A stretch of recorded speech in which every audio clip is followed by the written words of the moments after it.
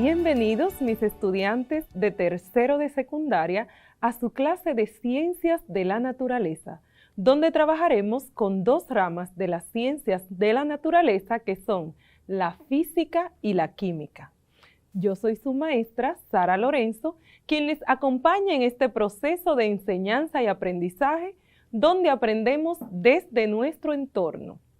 Así que toma tus útiles escolares, organiza tu lugar y presta mucha atención a todo lo que tenemos el día de hoy para que puedas sacar el mejor provecho de este proceso educativo. En la clase pasada aprendimos el concepto de trabajo, el cual está íntimamente relacionado con las transformaciones que sufren los cuerpos, especialmente las transformaciones mecánicas, es decir, las relacionadas con el movimiento de los cuerpos, centrándonos en el trabajo mecánico.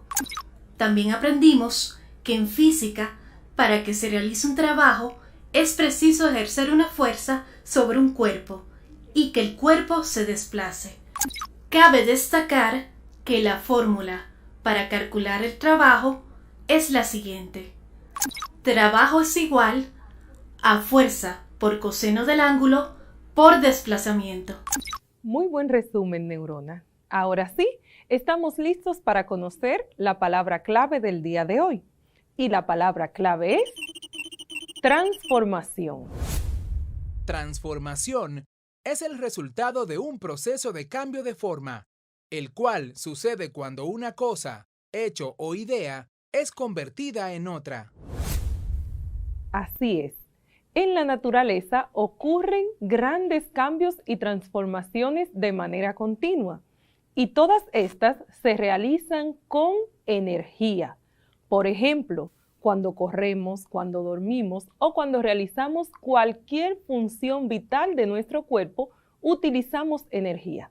La energía es necesaria para las plantas en el proceso de la fotosíntesis, ya que ellas aprovechan la energía solar para nutrirse y reproducirse. También la utilizan los animales y, por supuesto, las personas para realizar todas las funciones de su vida cotidiana. A ver, neurona, ¿me podrías dar una definición de energía? Claro, la energía es la capacidad que tienen los cuerpos para producir cambios en sí mismos o también en otros cuerpos. Muy bien, así es.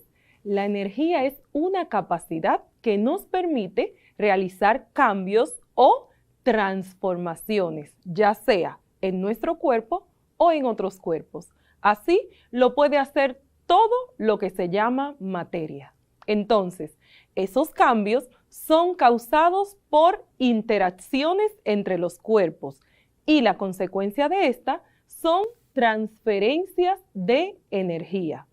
Causas son las interacciones entre los cuerpos, consecuencias, las transformaciones que éstas producen, ya sea en su propio cuerpo o en otros cuerpos. Al finalizar la clase de hoy, entenderemos entonces el concepto de energía. También las transformaciones que sufre la energía de una forma a otra. Además, sabremos la diferencia entre energía cinética y energía potencial y lo más importante, sabremos cómo aplicar todo lo aprendido en nuestra vida cotidiana. Ahora quiero que observes algunas imágenes y me digas qué tienen en común cada una de estas.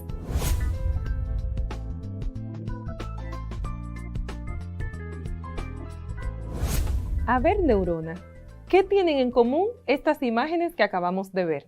Se puede observar que en todos estos fenómenos lo que hay en común es la energía. Muy bien, la energía. Pero vimos que cada imagen es distinta. ¿Sabes por qué? Porque la energía se puede manifestar de diferentes formas en la naturaleza. Puede manifestarse como energía térmica o calórica, energía eléctrica, energía sonora, energía química, energía luminosa, energía nuclear, cinética o potencial. El ser humano, a través de la historia, ha buscado diferentes formas para utilizar la energía y así poder hacer que la vida cotidiana sea mucho más fácil, es decir, para mejorar su calidad de vida. La primera manifestación de energía que descubrió el hombre de la prehistoria fue el fuego.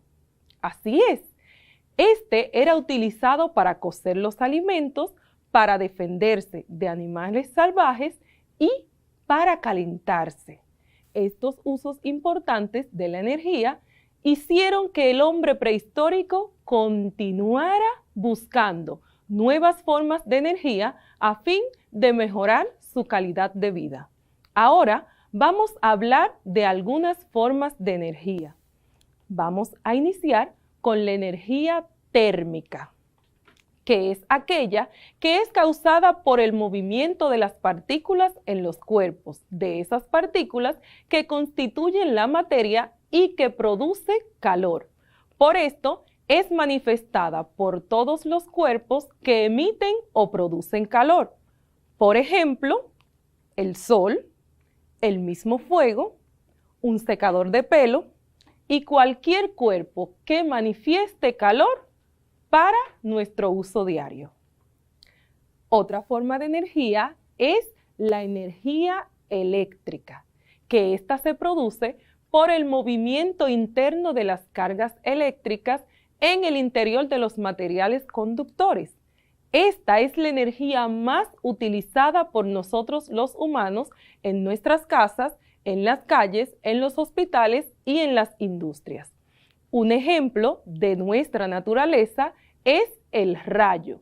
Sí, el rayo es una fuente de energía eléctrica, pero también en nuestras casas podemos utilizarla en diferentes aparatos electrónicos.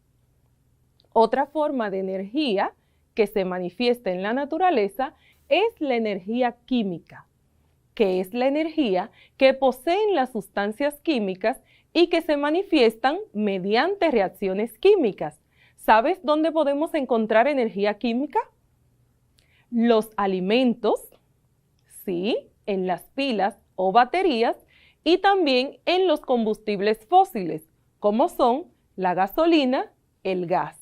Sí, todas estas contienen o manifiestan energía química.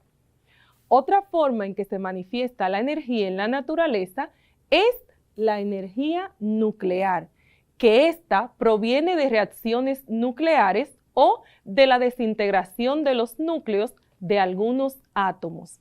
Esta se puede manifestar a través de las bombas atómicas o nucleares y también en las centrales nucleares para producir energía eléctrica. Quizás hayas observado o hayas escuchado que alguno de tus familiares le han practicado una resonancia magnética nuclear. Esto es porque hay un procedimiento médico, que este es su nombre, que utiliza la energía nuclear para encontrar el diagnóstico de muchas enfermedades. También tenemos la energía sonora, que ésta se produce a través de las ondas de sonido y la emiten todos los cuerpos que producen sonido, como los instrumentos musicales. Así es. También tenemos la energía luminosa, que ésta es producida a través de las ondas de luz y esta es emitida por todos aquellos cuerpos que pueden producir alguna luz. Por ejemplo, las luciérnagas, que son unos animales que producen un tipo de luz, pero también en nuestras casas a través de las lámparas y los bombillos podemos manifestar esta forma de energía. Ahora bien, estas formas de energía se pueden transformar en otras formas, ya que ellas están presentes en todos los fenómenos que ocurren en la naturaleza, pero la energía se encuentra en constante transformación, pasando de una forma a otra. Esto lo podemos ver, por ejemplo, en un carro. El motor del carro hace que la energía química de la gasolina sea transformada en energía cinética para que el carro se ponga en movimiento. Entonces, ya sí, podemos hablar de un principio súper importante, que es el principio de la conservación de la energía, que dice lo siguiente: la energía ni se crea ni se destruye, solamente se transforma de una forma a otra. Este es el principio de la conservación de la energía. La energía no la podemos crear, tampoco la podemos destruir, sino que ésta se transforma de una forma de manifestación en otra. Qué interesante, profesora. Sí, podríamos dar algunos ejemplos. El mejor ejemplo que podemos dar es a través de los paneles solares. Un panel solar es aquel que transforma la energía solar, la que nos da el sol, en energía eléctrica. Pero ¿sabes qué? Que esta transformación no se queda aquí. Una vez es transformada en energía eléctrica y llega a nuestras casas, esa energía eléctrica la podemos volver a transformar en energía sonora, energía luminosa, a través del televisor, del computador, en energía térmica, a través de un secador de pelo y en cualquier otra forma de energía que sea más útil para nuestra vida cotidiana. Entonces, ahora vamos a ver si tenemos alguna pregunta de las redes sociales. Tenemos algunas, profesora. Por ejemplo, Arianna Figueroa, desde Baní, nos pregunta lo siguiente. ¿Qué unidad de medida se utiliza para expresar el valor de la energía? excelente pregunta. La unidad de medida en el Sistema Internacional de la Energía es el julio o joules. Este, al igual que el trabajo que vimos en la clase anterior, utiliza la misma unidad de medida. ¿Alguna otra pregunta, Neurona? Ángel Díaz, desde San José de Ocoa, nos envía la siguiente pregunta. ¿Qué fórmulas se utilizan en la energía potencial y la cinética? Excelente pregunta, Neurona. Para esto nos acercaremos a la pizarra y vamos a ver que la energía cinética será igual a 1/2 de la masa por la velocidad al cuadrado. Esta es la fórmula para calcular la energía cinética. Ahora bien, la energía potencial la podemos calcular con la siguiente fórmula: masa por gravedad por altura. Tenemos aquí ambas fórmulas. ¿Alguna otra pregunta, Neurona? No de redes sociales, profesora. Yo tengo una duda. Como ambas son energías, ¿cuál es la diferencia entre energía cinética y potencial? Excelente pregunta, Neurona. Aunque ambas son energías, y dicho sea de paso, son energías mecánicas, la diferencia radica en lo siguiente, que la energía cinética es aquella que poseen los cuerpos en virtud de su movimiento. En cambio, la energía potencial es aquella que poseen los cuerpos en virtud de la posición que estos ocupan. Entonces, tenemos que la energía cinética, podemos dar un ejemplo de ella, a través de un molino de viento, el cual toma la energía eólica del viento y la transforma en energía cinética a través de un aerogenerador.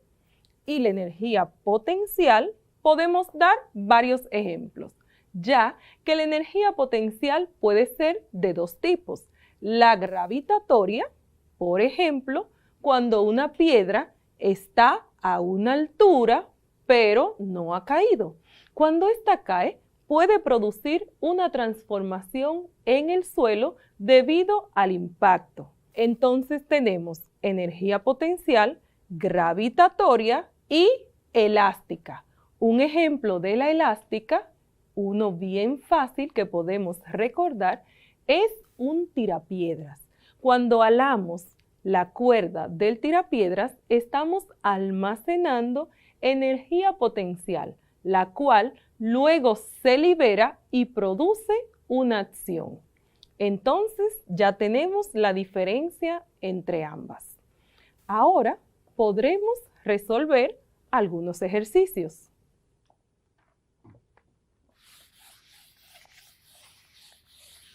Vamos a observar el siguiente ejercicio. Número 1. Primero, calcula la energía cinética de un vehículo de 100 kilogramos de masa que circula a una velocidad de 9 metros sobre segundo. Para resolver este ejercicio, lo primero que debemos hacer, como siempre, es sacar los datos. Tenemos que la masa es igual a 1000 kilogramos. También tenemos la velocidad, que es igual a 9 metros por segundo. Y la energía cinética, que no la conocemos, por eso le colocamos un signo de interrogación. Colocamos nuestra fórmula, energía cinética será igual a 1/2 de la masa por la velocidad al cuadrado. Ahora sustituimos cada variable por su valor. Energía cinética, que aún no conocemos, será igual a 1/2 de la masa, que son 1000 kilogramos, por la velocidad, que son 9 metros por segundo, al cuadrado. Ahora vamos a resolver. Energía cinética será igual a 1 por 1000 kilogramos, que nos da 1000. Y esto lo dividimos entre 2. Y lo multiplicamos por esta variable al cuadrado. 9 por 9, 81. 81 metros cuadrados por segundo cuadrado. Solucionamos entonces. Energía cinética será igual 1000 entre 2, 500 kilogramos por 81 metros cuadrados por segundo cuadrado. Neurona, si yo multiplico 500 por 81, ¿cuál será el valor entonces? 40.500. 40.500. Y le colocamos su unidad de medida, que dijimos que es el julio. Entonces, esto nos da 40.500 julios. Sustituimos cada variable por su valor y procedimos con las operaciones matemáticas. ¿Entendiste hasta aquí, Neurona? Sí, profesora, pero tengo una duda. ¿Cuál es? He observado que a veces, cuando algunos humanos tienen contacto entre ellos, sufren algún impacto eléctrico. ¿A qué se debe esto? Bien, esto se debe a que en nuestro cuerpo nosotros tenemos actividad eléctrica. Por ejemplo, la actividad eléctrica del corazón. También la actividad eléctrica de nuestro sistema nervioso a través de las neuronas, las cuales llegan hasta los músculos para producir movimiento, que el movimiento se traduce en energía cinética. Entonces, todo este cinetismo se transforma en electricidad. Por eso, las personas que están muy relacionadas con ciertos aparatos electrónicos pueden producir esto. Pero ¿sabes qué? Hay una solución muy simple. Puedes ir a un lugar donde haya muchos árboles y sí funciona. Te quitas el calzado, abrazas el árbol por aproximadamente 10 minutos y toda esa electroconductividad va a pasar al árbol y se va a ir hasta el subsuelo. Y así podrás liberar un poco de energía y no estarás chocando con energía a todo el que esté a tu alrededor. ¿Te parece? ¡Wow! ¡Qué interesante, profesora!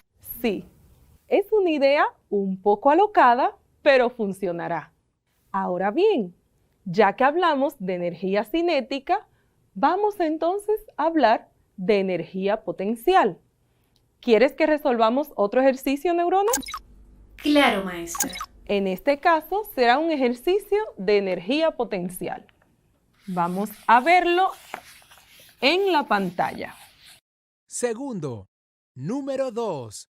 Calcula la energía potencial gravitatoria de un saltador de un trampolín si su masa es de 50 kilogramos y está sobre un trampolín de 12 metros de altura sobre la superficie del agua.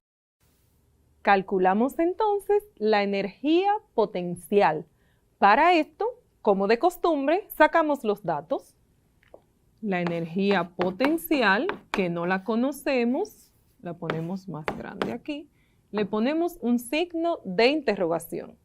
Otro dato que nos dan es la altura de 12 metros. También nos habla de la masa, que esta tiene un valor de 50 kilogramos. Vamos a ver entonces cuál es la fórmula. Energía potencial dijimos que es igual a la masa por la gravedad por la altura. Quiere decir que nos falta entonces un dato. Masa, la tenemos aquí, altura la tenemos aquí, nos falta la gravedad. Neurona, ¿recuerdas el valor de la gravedad en la superficie terrestre? 9.8 metros sobre segundo al cuadrado. Muy bien. 9.8 metros por segundo al cuadrado. Ahora sí, sustituimos cada variable por su valor. Energía potencial, que no la conozco, será igual a la masa, 50 kilogramos, por la gravedad, 9.8 metros por segundo al cuadrado, por la altura, que es igual a 12 metros. Si multiplicamos 50 por 9.8 por 12, ¿cuál sería el valor entonces, Neurona? 5.880, profesora. 5.880 y le colocamos su unidad de medida, que es el julio. Y así de fácil, solo con multiplicar, obtenemos la energía potencial de este saltador. ¿Han entendido hasta ahora, Neurona? ¿Todo claro? Todo está muy claro. ¿Qué te parece si entonces pasamos a una trivia? Me parece excelente. Vamos a ver. La trivia que hemos preparado el día de hoy es de un falso o verdadero.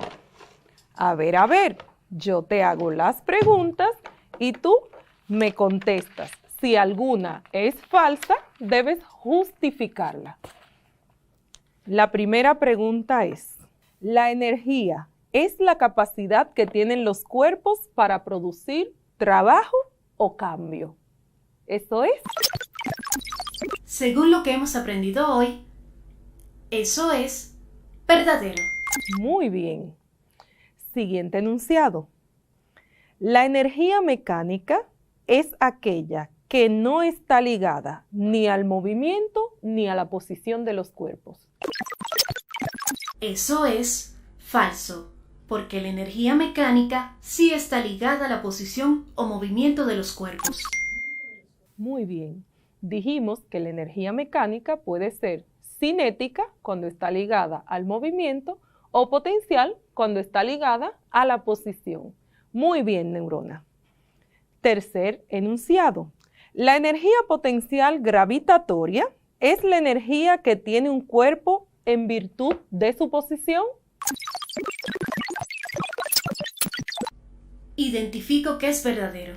Muy bien, Neurona. Vamos entonces al enunciado número 4. La fórmula de la energía potencial es: energía potencial es igual a 1/2 de la masa por la velocidad al cuadrado. Espere, estoy buscando en mi base de datos. Identifico que esa información es falsa. Esa es la fórmula de la energía cinética. La fórmula de la energía potencial es la siguiente. Energía potencial es igual a masa por gravedad por altura.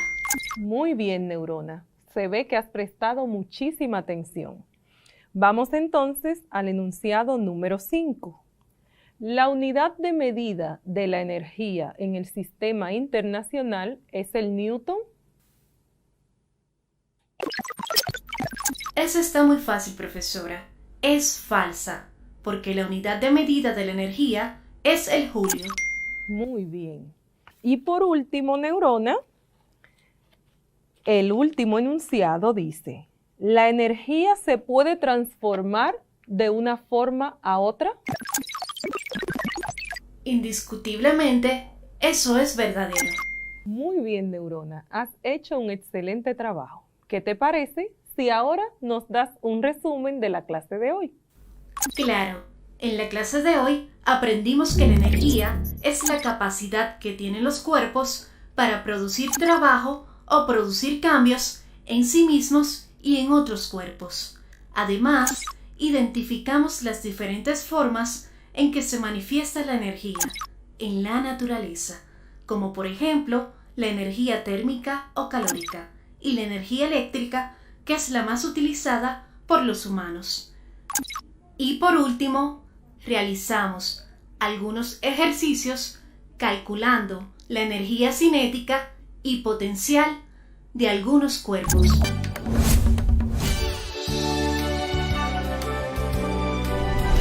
Bonjour et bienvenue tout le monde. Prends ton cahier de français, ton crayon, ton stylo. Surtout, ta bonne disposition pour apprendre le français. Je suis Jethro Clément, ton prof de français.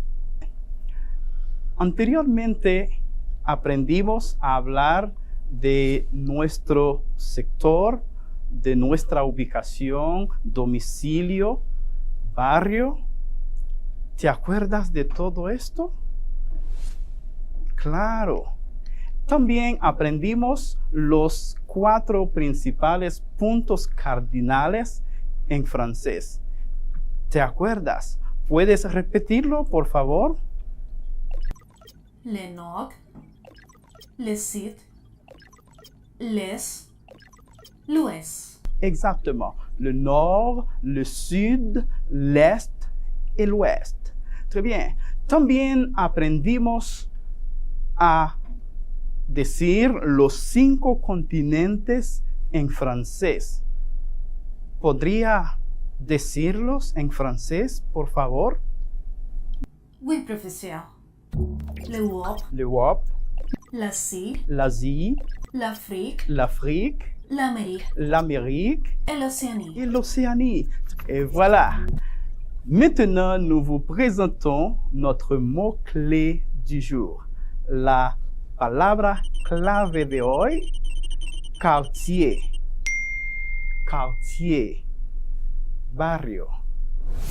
Quartier, c'est la subdivision d'une zone, d'une ville ou d'un territoire, aussi entendu comme une échelle d'appropriation d'une partie de la ville, de la zone par ses habitants. Alors, un ensemble urbain ayant certaines caractéristiques particulières. Barrio es la subdivisión de una zona, una ciudad o un territorio, es decir, cada una de las partes en que se dividen los pueblos y las ciudades, todo un conjunto de relaciones sociales desarrolladas por sus habitantes, pues un grupo de personas con ciertas características particulares. Et maintenant, je t'invite à répondre à cette question. Te invito ahora a que respondas a esta pregunta. ¿Qu'est-ce qu'il y a dans ton quartier? ¿Qué hay en tu barrio? Vamos a practicar este vocabulario antes de que respondas a esta pregunta. Répétez après moi, s'il vous plaît. Répète après moi, s'il te plaît. Une bibliothèque. Une bibliothèque. Une librairie. Une librairie. Une pharmacie. Une pharmacie.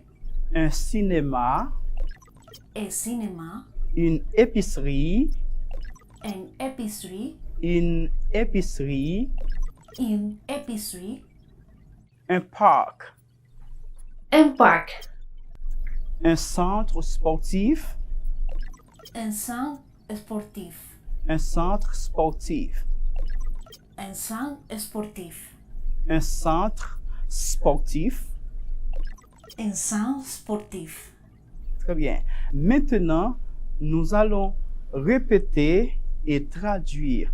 Vamos ahora a repetir este vocabulario acompañado de su traducción. Tu atención es muy importante. Une bibliothèque. Una biblioteca. Une librairie. Una librería. Une pharmacie. Una farmacia. Un cinéma. Una sala de cine. Une épicerie. Un colmado. Un parc. Un parque. Un centre sportif. Un centro deportivo. Très bien. Un centre sportif, un centro deportivo. Maintenant, écoute et pense.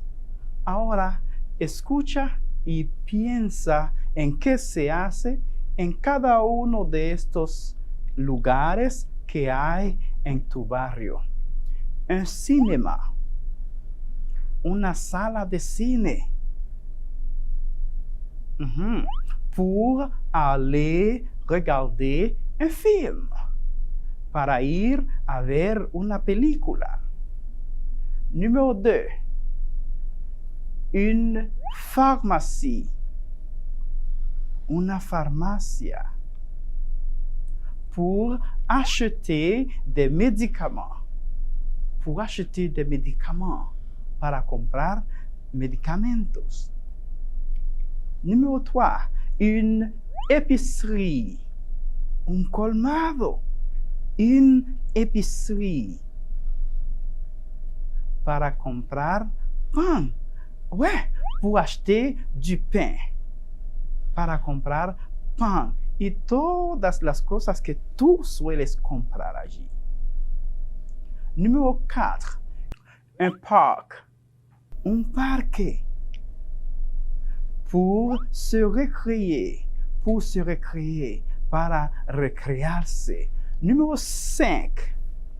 Un centre sportif. Un centro deportivo.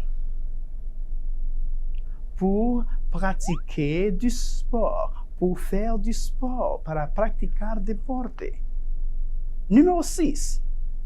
Une bibliothèque.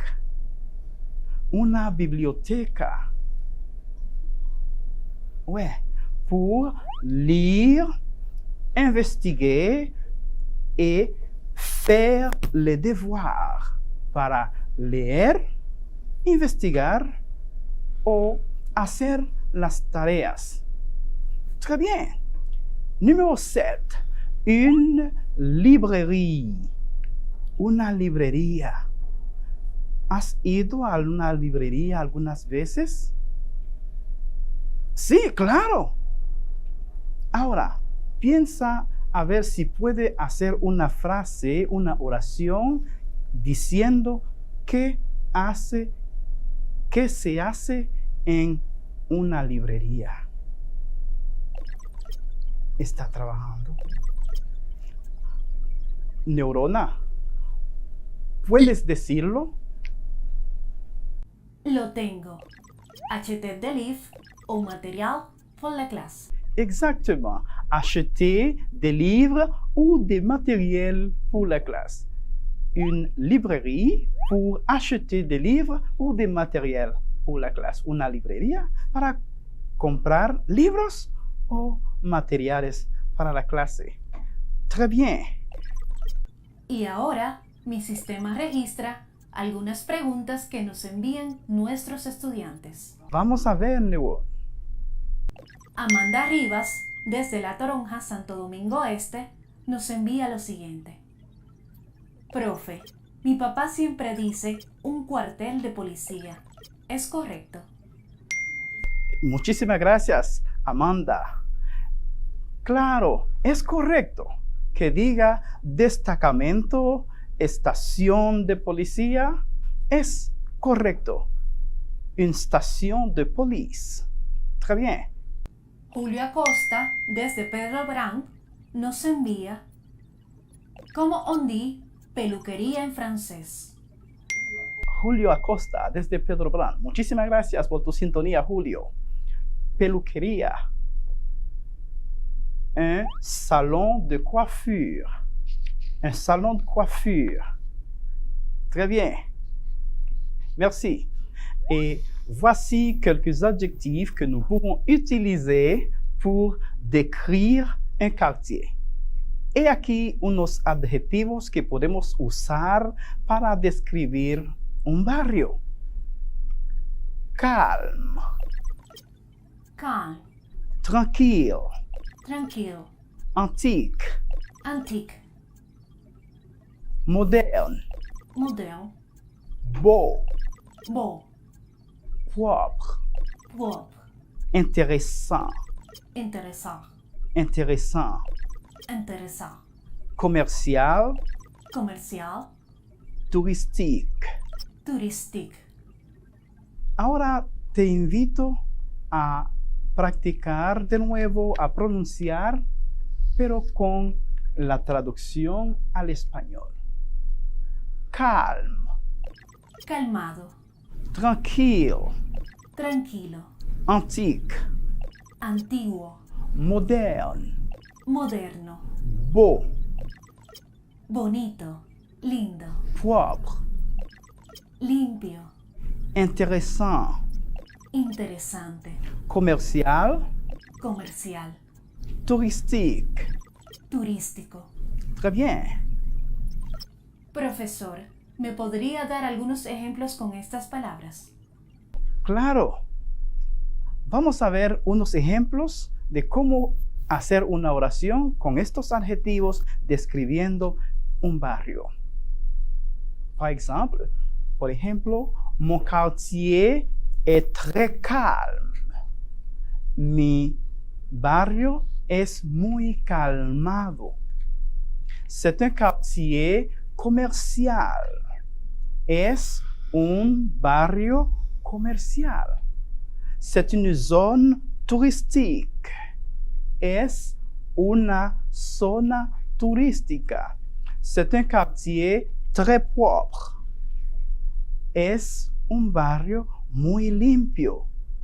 Mon quartier est très intéressant. Mi barrio es muy interesante. Et maintenant, écoute, pense et réponds. Ahora escucha, piensa y responde, ya que has aprendido sobre lugares en tu barrio y qué se hace en cada uno de ellos. En este ejercicio vamos a leerle los lugares en el barrio que están por números del 1 al 5 y luego las respuestas de la A hasta la letra E. Tu atención, por favor. Une bibliothèque, une librairie, une pharmacie, une épicerie, un parc. Pour acheter des médicaments, pour acheter du pain, pour se récréer, pour lire, investiguer ou faire des tâches, pour acheter des livres ou des matériels pour la classe. Tu es prêt maintenant pour choisir la réponse? ¿Estás listo para escoger la respuesta, la letra que corresponde a cada número? Vamos a ver. Número 1. Une bibliothèque. Una biblioteca. D. Lire, investiguer ou faire des tâches. Exactement. Une bibliothèque pour lire, investiguer ou faire les tâches. Très bien. Numéro 2. Une librairie. E. Acheter des livres ou matériel pour la classe. Exactement. Acheter des livres ou matériel pour la classe. Numéro 3. Une pharmacie. A. Acheter des médicaments. Très bien. Pour acheter des médicaments. Très bien. Numéro 4. Une épicerie. Un colmado. B. Acheter du pain. Très bien. Pour acheter du pain. Très bien. Numéro 5. Un parc. Un parque. C. Se recréer. Exactement. Pour se récréer. Para recrearse. Très bien. Et maintenant, Neurona, tu as appris quelque chose aujourd'hui? Quoi de neuf? Oui, professeur. Mon quartier est calme. C'est une zone touristique très pauvre. Très bien, c'est une zone touristique très propre. Ça a été très bien, Neurona. Et maintenant, nous sommes arrivés à la fin de notre programme du jour.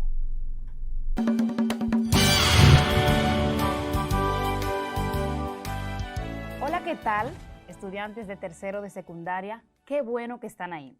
Yo soy la profesora Marilis Camarena y les doy la bienvenida a esta clase de lengua española. Como siempre, motivarles a que se preparen para esta clase que estoy segura les dejará grandes aprendizajes. En la clase anterior aprendimos que el madrigal es una composición lírica con el que manifestamos sentimientos y pensamientos. Y este se compone por versos de 7 sílabas y de 11 sílabas combinados libremente por el autor. También dijimos que el verso es cada una de las líneas que conforman las estrofas y pueden ser de arte menor si tienen de 2 a 8 sílabas y de arte mayor si tienen de 9 sílabas en adelante. Según la presencia o ausencia de la rima, el verso puede ser libre, suelto, rimado y blanco. Y por último, usted dijo que para medir un verso debemos tomar en cuenta la licencia métrica o el permiso que nos permite quebrar las reglas gramaticales, que son diéresis, sinéresis y sinalefa, así como también la acentuación final. Muy bien, Neurona. De eso trató la clase anterior. Como ya hemos conectado con lo que hicimos en la clase anterior, vamos a ver ahora cuál es la palabra clave de nuestra clase de hoy. Y la palabra clave es expresividad. Expresividad es la manifestación con gran viveza de los sentimientos o pensamientos, especialmente en el arte, a través de todo tipo de manifestaciones de las formas o medios de expresión, cada una en su particular lenguaje, mímica, oral, escrita, musical o plástica. La palabra hablada es sumamente expresiva. Nos permite comunicar, manifestar nuestras ideas y pensamientos. Pero existen sentimientos y emociones que son difíciles de transmitir utilizando el lenguaje literal. De ahí la necesidad, o se hace necesario, recurrir a modos figurados del lenguaje que nos permitan expresar o comunicar aquellas cosas intangibles, sentimientos y emociones profundamente enraizados. Por eso, en la literatura se recurre a las figuras literarias. En el día de hoy vamos a conocer qué son las figuras literarias y cuáles son las más usadas en el madrigal. Al final de esta clase serás capaz de producir tu propio texto literario utilizando estos recursos retóricos. Vamos a ver. Neurona, ¿has escuchado expresiones como te he llamado 10.000 veces? Sí, profesora. Son exageraciones muy usadas. Expresiones como sal para afuera, lo vi con mis propios ojos, entre otras. Así es, esas son figuras literarias. Las figuras literarias son mecanismos que usamos para manipular o alterar el lenguaje con la finalidad de embellecer o resaltar la expresión de las ideas o sentimientos que queremos comunicar. Existen diversas figuras literarias, pero para su comprensión, para su mayor conocimiento, se han agrupado atendiendo algunos criterios. La principal clasificación de las figuras literarias podemos decir que se van a clasificar en 3 grandes bloques. Primero, están las figuras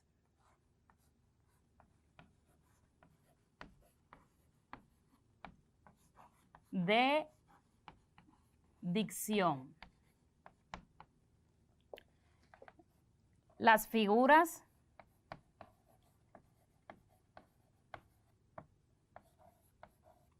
de pensamiento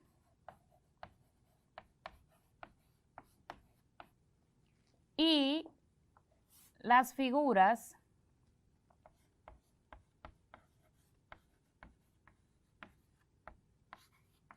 de significación.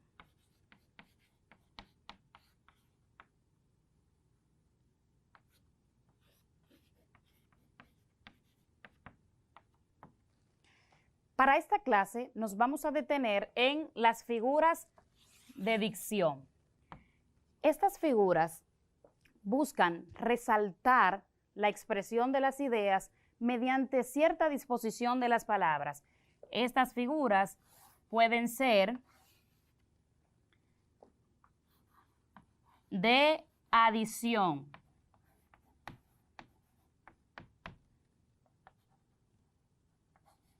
supresión,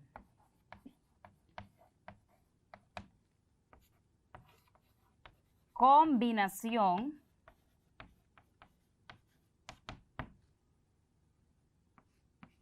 y repetición. Ahora, dentro de las figuras de edición podemos citar 2 de las más usadas: el epíteto y el pleonasmo.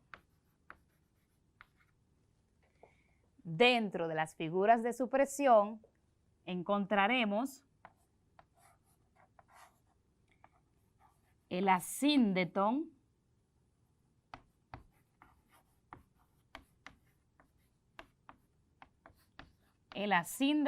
y la elipsis. Por combinación vamos a mencionar onomatopeya,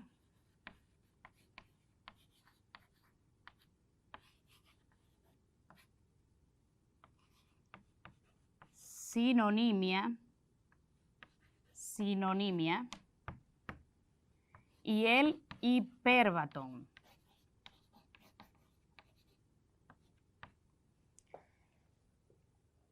Vamos a mencionar 3 figuras por repetición: anáfora,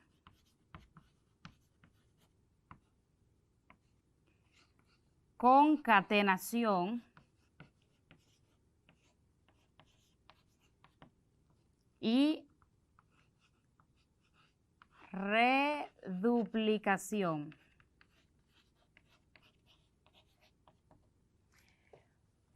¿Se entiende el esquema, neurona? Así es, profesora. Repasamos. Las figuras de dicción, aquellas que buscan resaltar la expresividad de la idea, pueden ser de adición. Cuando hablamos de adición, pensamos rápidamente en suma. Pueden ser también de supresión, como la síndeton y la elipsis. Si hablamos de supresión, podemos poner una palabra sinónima. Recuerden que una palabra sinónima es aquella que significa lo mismo. Un sinónimo de supresión es quitar, eliminar. Combinación, mezclar, combinar.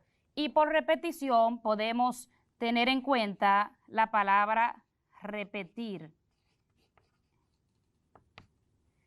Ahora bien, vamos a adentrarnos a explicar o a conocer cuáles son o cómo se ven estas figuras dentro de los poemas, dentro de la literatura. Vamos a ver ahora cada una de ellas por separado. Neurona, me vas a ir ayudando con el orden que hemos citado, ¿bien? Claro que sí, profesora. Pero antes, quiero informarle que tenemos preguntas vía redes sociales. A ver, ¿qué dicen los chicos en las redes? Euni Cortorreal, desde Nagua, nos pregunta lo siguiente. ¿Cómo se llama la figura que consiste en cambiar un término que tiene un significado desagradable por otro con una palabra menos ofensiva? Recuerden que estamos enfocados en figuras de dicción, pero esa pregunta que estás haciendo, Euni, se llama eufemismo. Es esta figura que sustituye, como bien dices, una palabra por sonar despectiva o desagradable o causar tristeza, dolor. Es sustituida por una que no sea tan lacerante. Por ejemplo, en la oración, cuando se acercaba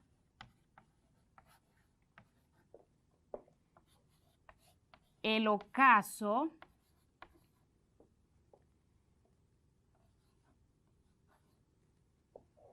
se afligió.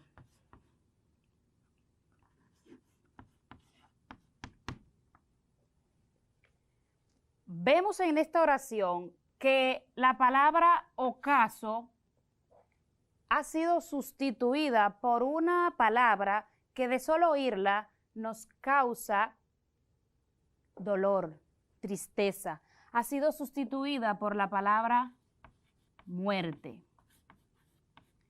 Cuando ocurre, como bien dices, Euni, cuando voy a sustituir, cuando sustituyo más bien una palabra que ha sonado fuerte, despectiva, dolorosa, para no causar dolor al hablar, pues busco una palabra que signifique lo mismo, pero que no sea tan molesta o entristezca a los oyentes.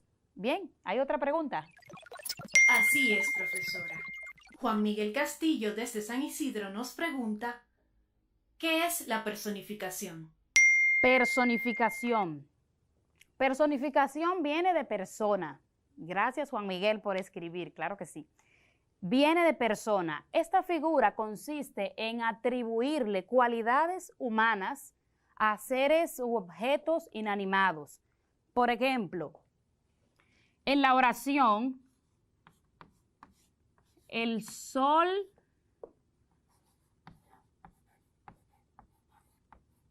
sonreía a lo lejos.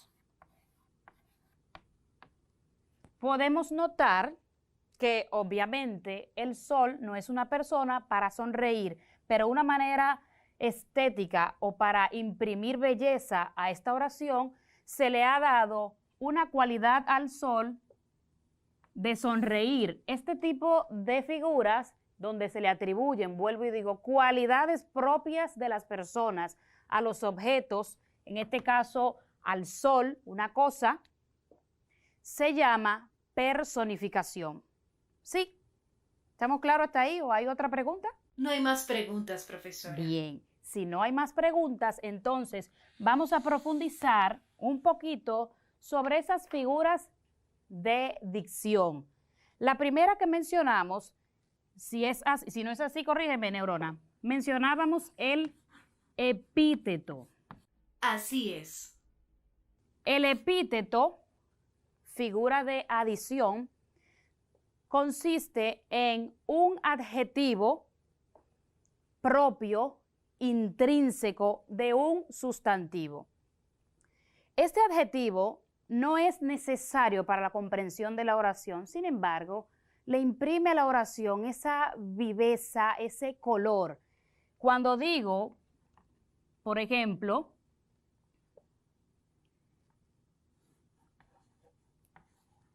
la oscura noche.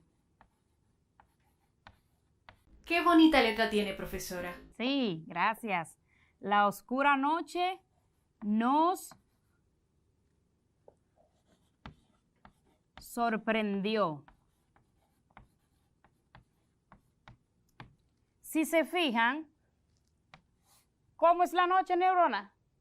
Oscura. Oscura. Entonces, este adjetivo es propio, es característico de ese sustantivo al que está acompañando. Por lo general, el sustantivo se antepone al nombre, una manera estética de pronunciar o de hacer esta oración. Otro ejemplo en el epíteto puede ser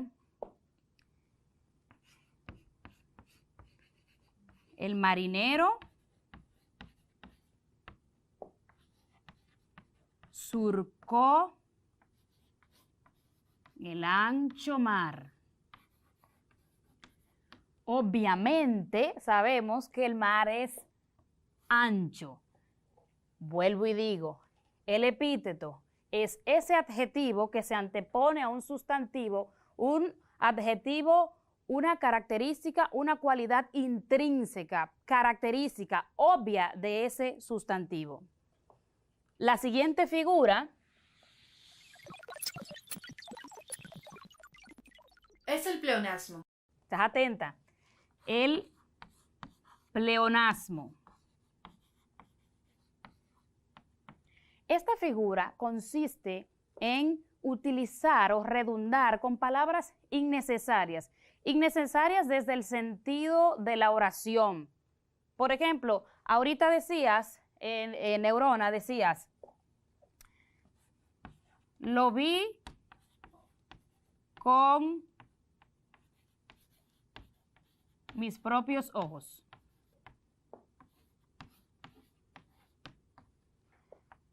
Si lo vi, fue con mis ojos. Sí, entonces, lo vi, hasta ahí está bien, con mis propios ojos, está redundando. Es una palabra que está de más, si se quiere decir. Ahora, como figura literaria, expresa fuerza a la idea que se quiere transmitir. Sin embargo, debo aclarar que el pleonasmo en la oralidad, en lo habitual, no es aconsejable usarlo. Solo cuando lo estamos usando como una figura literaria, en nuestra escritura, en nuestro madrigal, en esa canción puede ser, en esa canción que ustedes tienen que escribir. La siguiente figura que mencionábamos es el asíndeton. El asíndeton. El asíndeton. Recuerden que es una palabra que busca, que es una figura, perdón, de supresión. Busca suprimir. ¿Y qué va a suprimir? Va a suprimir las conjunciones dentro de la oración. Por ejemplo,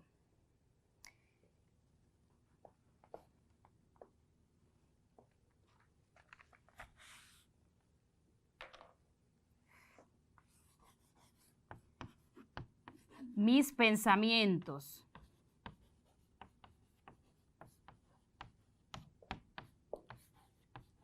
Deseos. Anhelos. Corazón. Todos son de él. Esta figura suprime la conjunción. Recuerda que una conjunción es esa palabra que une palabras dentro de una oración. También puede unir oraciones. Aquí no está y, ni, o. Hay otras.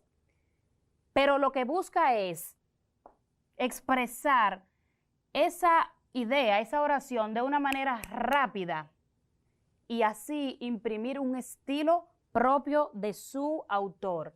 La siguiente figura va por la misma línea, una figura de supresión. Busca suprimir, busca quitar. Pero en este caso, busca quitar palabras. Aquí se quitaron conjunciones. En esta figura se van a quitar. Se refiere a la elipsis. Así es, neurona. Elipsis. Esta figura, como dijimos, busca suprimir, pero suprimir palabras. En el ejemplo, así se mezclan lo bueno con lo malo, lo justo con lo injusto. Se ha suprimido, si notan, aquí se ha suprimido el así se mezclan. Así se mezclan lo bueno con lo malo, así se mezclan lo justo con lo injusto. Se ha suprimido estas palabras, se han suprimido. La siguiente figura pertenece a aquellas que son de combinación. Mencionamos allí la sinonimia. Esta figura consiste en reunir voces o palabras sinónimas con la finalidad de ampliar el significado de la expresión. Por ejemplo, la duda, la incertidumbre,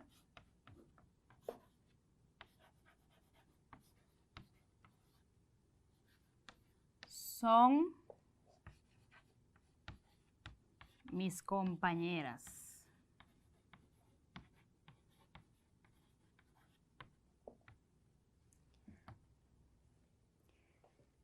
Y por último, neurona, que no me acordaste esa que se me estaba quedando, la onomatopeya.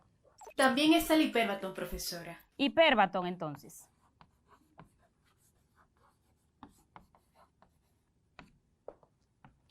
Esta figura consiste en alternar o intercambiar el orden lógico de las palabras. Por ejemplo, usamos mucho una expresión, ¿cómo estás? Bien. Adiós. Las gracias. Hemos cambiado el orden habitual de esta oración. Ahí hay un hipérbaton. Lo lógico sería las gracias.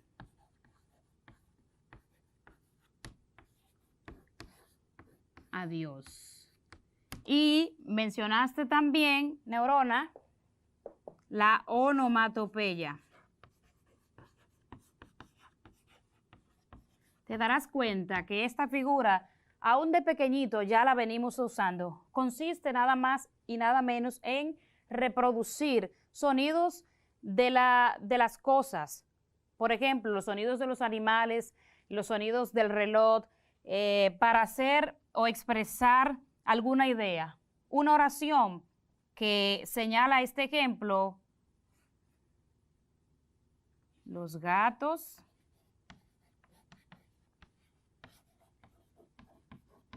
hacen, ¿cómo hacen los gatos? Miau. Así mismo. El tic-tac del reloj no me deja dormir. Bien. Las próximas figuras, las de repetición, vamos a verla en el siguiente video.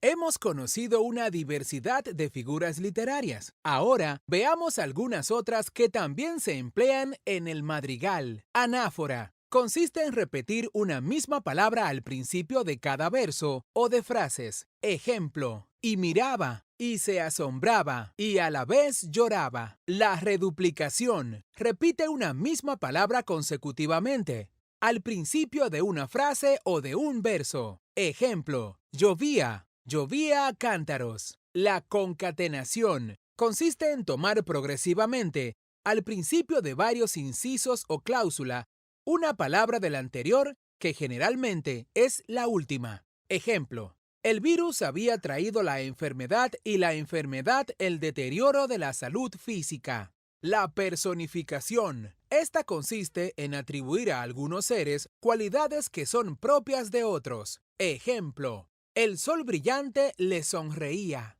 La hipérbole. Consiste en exagerar lo que decimos. Ejemplo, eres más flaco que una aguja. La sinestesia. Consiste en mezclar sensaciones de sentidos distintos. Audición, visión, gusto, olfato, tacto. Ejemplo, escucho con los ojos a los muertos. Francisco de Quevedo. Muy interesante conocer las figuras literarias. Quiero invitarte a que profundices un poco más mirando las demás clasificaciones. Ahora llegó el momento de jugar. Siempre te digo, Neurona, que es uno de mis favoritos. Llegó el momento de la trivia.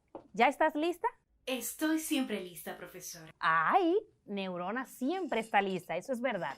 Yo te voy a proponer algunas figuras literarias y tú simplemente me vas a decir qué figura literaria está presente en cada expresión u oración. Bien. Por supuesto que sí. La primera. Lloró ríos de lágrimas al partir. Identifico que esa es una hipérbole. Muy bien. Una hipérbole, que es una exageración. Ni esperanza fallida, ni trabajos injustos, ni pena inmerecida. Eso es una anáfora. Correcto, hay una repetición. La próxima dice, el radiante sol calienta mis días. Se refiere a un epíteto. Muy bien, ese adjetivo característico de ese sustantivo. Luna, dile que la quiero. Eso es una personificación. Muy bien, excelente. Y la última, el tic-tac del reloj marcó el final de lo nuestro. Identifico que eso es una onomatopeya. Excelente trabajo, Neurona. Ahora vamos a ver el resumen de la clase de hoy. Por supuesto que sí. Lo primero que quiero resaltar es que no olviden que el madrigal es un texto literario que permite al autor expresar sus sentimientos y pensamientos. Y este se vale de recursos literarios llamados figuras retóricas o literarias para embellecer la expresión. Hay 3 clases de figuras literarias, que son figuras de dicción o de palabras, figuras de pensamiento y figuras de significación o tropos. Y hoy vimos que las figuras literarias de dicción pueden ser de adición, por ejemplo, epíteto y pleonasmo, de supresión, que son el asíteton y la elixis, de combinación, que son la aliteración, la onomatopeya, la sinonimia, el hiperbatón y por último de repetición, que son la anáfora, la reduplicación y la concatenación. Cabe destacar que en el madrigal se emplea bastante el epíteto, la personificación, la hipérbole, el hiperbatón y la sinestesia. Muy bien, Neurona. Gracias por ese resumen.